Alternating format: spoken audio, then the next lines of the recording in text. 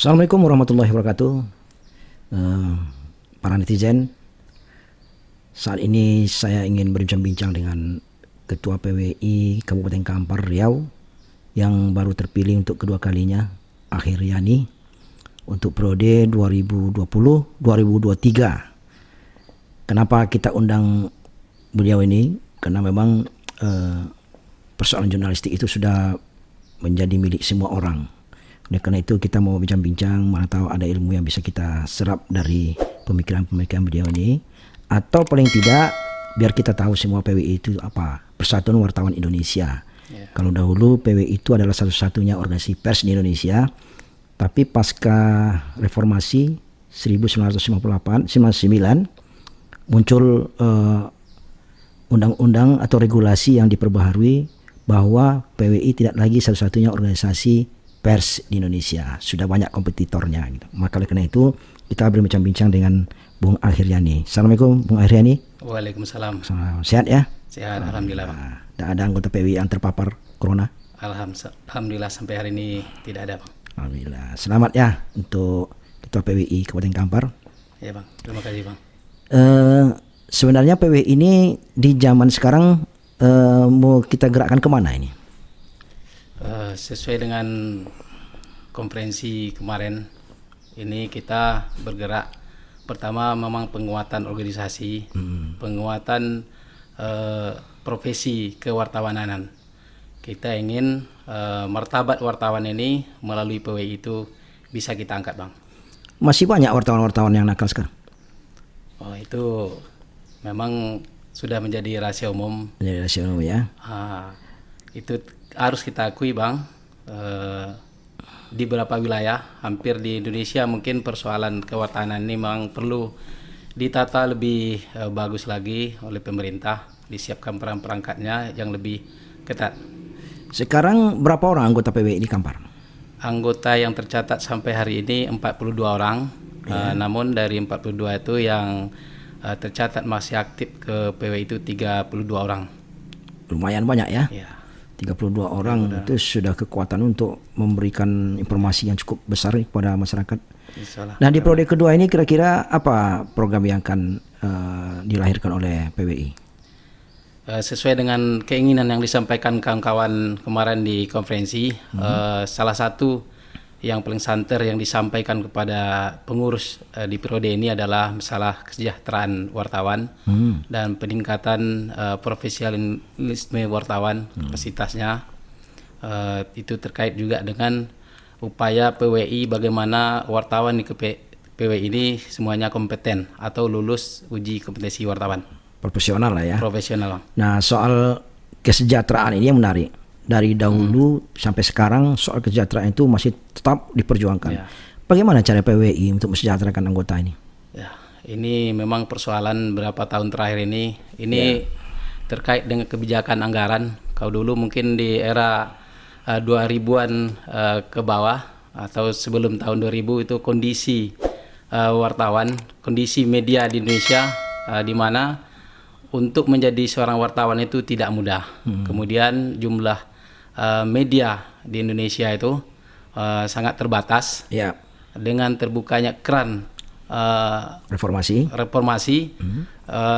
Sekarang dengan mudah orang mendirikan sebuah media, apalagi media online. Ya. Dan semakin mudah orang untuk menjadi wartawan. Ujungnya berakhir dengan bagaimana tingkat kesejahteraan ini dipertanyakan sebab kompetitor makin ketat, persaingan makin ketat, dan upaya untuk mensejahterakan wartawan itu memang semakin sulit untuk didapat. Konkretnya seperti apa itu tingkat kesejahteraan yang mau diperjuangkan PWI untuk anggota ini?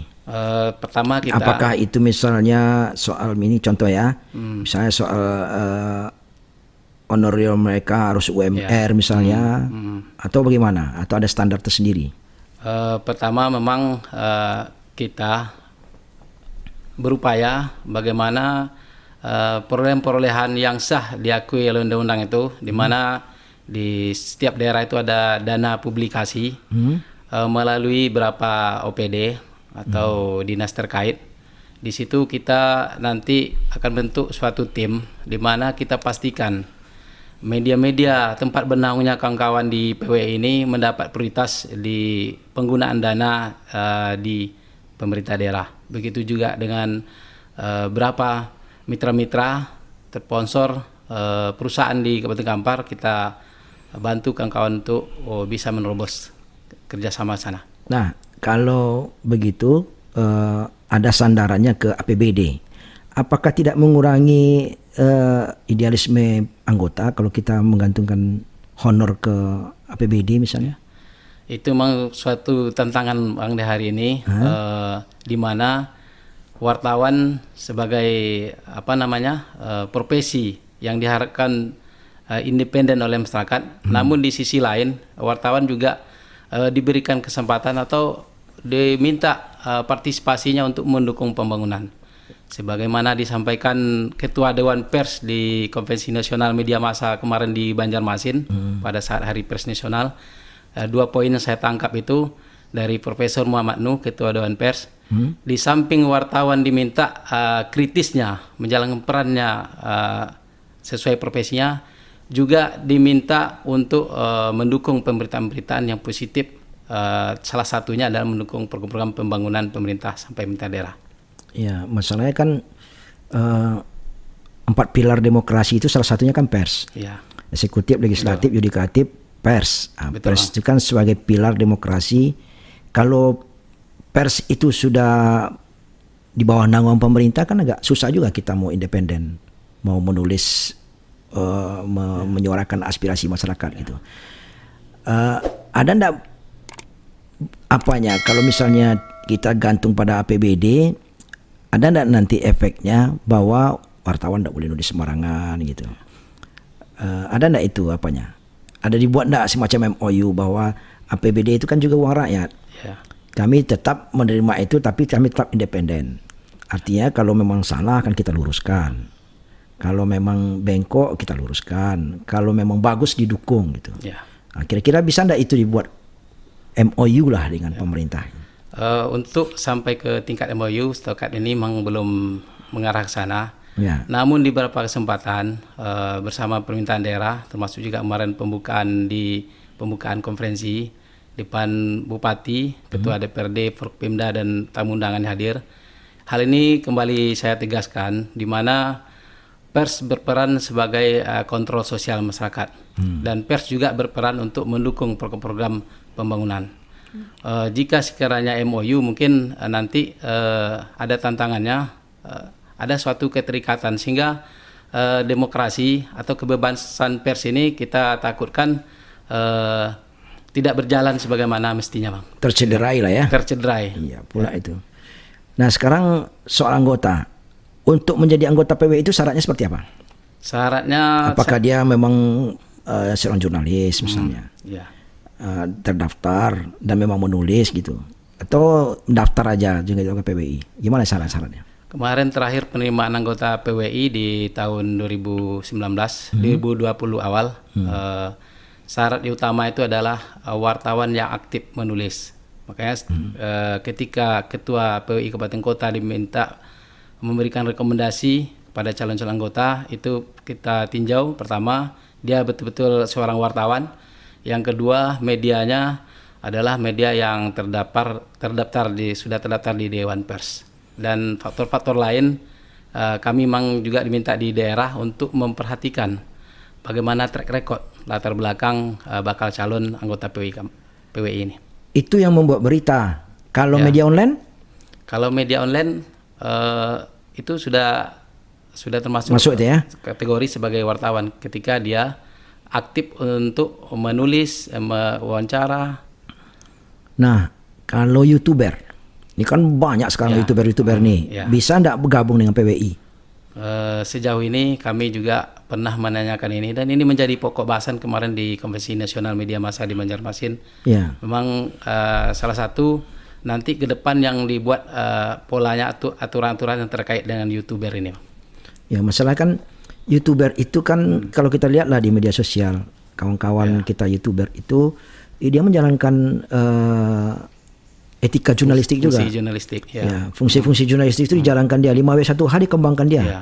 Artinya mereka tidak akan bisa menjalankan secara maksimal program YouTuber itu kalau mereka tidak punya nyali untuk menjadi seorang jurnalis itu. Nah, apa salahnya itu dirangkul sehingga bisa dididik, bisa dibina itu. YouTuber-YouTuber tidak liar gitu. Nah, sekarang kan banyak nih para YouTuber tuh. Ada program itu ya? Program itu kemarin kita juga ikut menyuarakan di pusat itu Bang, di konvensi nasional. YouTuber dan media sosial, aturan media sosial yang lebih spesifik lagi. Apakah mereka bisa digabung ke aturan-aturan yang ada sekarang di Undang-Undang Pers atau di peraturan serikat perusahaan pers? Kalau di Kampar itu YouTuber itu lebih 100 orang. Karena saya masuk juga dalam grup YouTuber itu. Mereka konten-konten YouTuber itu 100 lebih. Nah, itu kan sebuah kekuatan. Kalau memang PWI bisa merangkul, asal aturan-aturannya cocok itu, kenapa tidak dirangkul aja oleh PWI? Supaya para YouTuber itu masuk dalam kelompok PWI misalnya. Tapi tetap memenuhi syarat-syaratnya. Ya, menarik ini Bang. Memang ini pertemuan kita. Ini salah satu yang membuat saya penasaran sama ini. Memang perkembangan YouTuber di Kampar, masuk Bang Haji Saprizal yang aktif di dunia ini. Ini insyaallah di prode kepengurusan ini kita banyak kok. Terus karena saya masuk dalam grup itu 100 lebih grup itu tercatat YouTuber itu.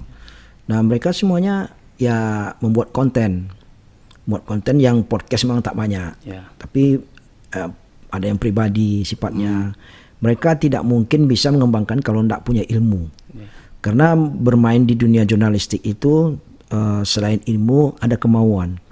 Nah, mereka-mereka yang punya kemauan ini atau kemauan tanggung-tanggung itu, apa salahnya dia rangkul, dibina dia sehingga dia bisa diarahkan yang lebih baik itu, bukan mengarahkan untuk intervensi. Karena memang dunia podcast ini kan sekarang menjamur nih, banyak dibuat orang podcast di mana-mana, pribadi bisa buat podcast. Nah, yang mereka-mereka seperti ini, harapan saya kalau bisa itu juga dibina oleh PWI. Nah, sekarang itu ada enggak anggota PWI yang melanggar kode etik jurnalistik? Sejauh ini memang ada indikasi mengarah ke sana. Ada. Namun setiap terjadi hal-hal ada indikasi mengarah sana, saya selaku yang bertanggung jawab di PWI Kampar yang dituakan tentunya punya tanggung jawab itu untuk selalu mengingatkan. Dia ada Dewan Kehormatan ya? Dewan Kehormatan di PWI Pusat, Bang. Pusat ya. Jadi kalau di kabupaten penasehat aja, tidak pakai Dewan Kehormatan. Kalau terhadap pelanggar itu? Terhadap pelanggar kita pertama memang komunikasi proaktif dengan yang bersangkutan, kemudian komunikasi dengan pihak-pihak yang merasa keberatan atas dimuatnya pemberitaan mengenai YouTuber ini. Sambil ada aturan dari pusat, kita insyaallah di periode ini kita akan intens komunikasi Bang dengan para YouTuber Kampar. Insyaallah PWI Kampar siap. Ramai kok mereka yang membuat konten itu ramai. Cuman bedanya YouTuber ini memang kebanyakan bukan nulis berita. Dia hanya buat konten cover story, nyanyi-nyanyi atau berbentuk yang lain-lain lah. Kalau jurnalistik kan memang ada ilmu tersendiri. Tapi pada dasarnya mereka menjalankan fungsi jurnalistik. Supaya tidak terbanyak yang terlanggar oleh para YouTuber ini, apalagi ada undang-undang IT ini kan. Undang-undang ITE ini itu perlu sosialisasinya. Mungkin ke depan kita PWI ini memang di periode kedua saya ini yang kemarin sempat tertunda karena pandemi COVID-19. Ini ada pelatihan jurnalistik dan sosialisasi undang-undang pers dan ke undang-undang IT dan undang-undang keterbukaan informasi publik. Iya. Sambil minum, Pak Ketua, sambil minum. Oke, Bang. Makasih, Bang. Lanjut. Undang-undang IT. Jadi ke depan kita libatkan YouTuber sebagai peserta sosialisasi Undang-Undang Jurnalistik, IT, dan Undang-Undang Keterbukaan Informasi Publik. Ini saya kira 3 undang-undang ini memang perlu terus disosialisasikan, terutama PWI sebagai organisasi profesi wartawan yang tertua di Indonesia. Ini memang menjadi kami tertantang untuk selalu menyampaikan sosialisasi lebih luas 3 undang-undang ini.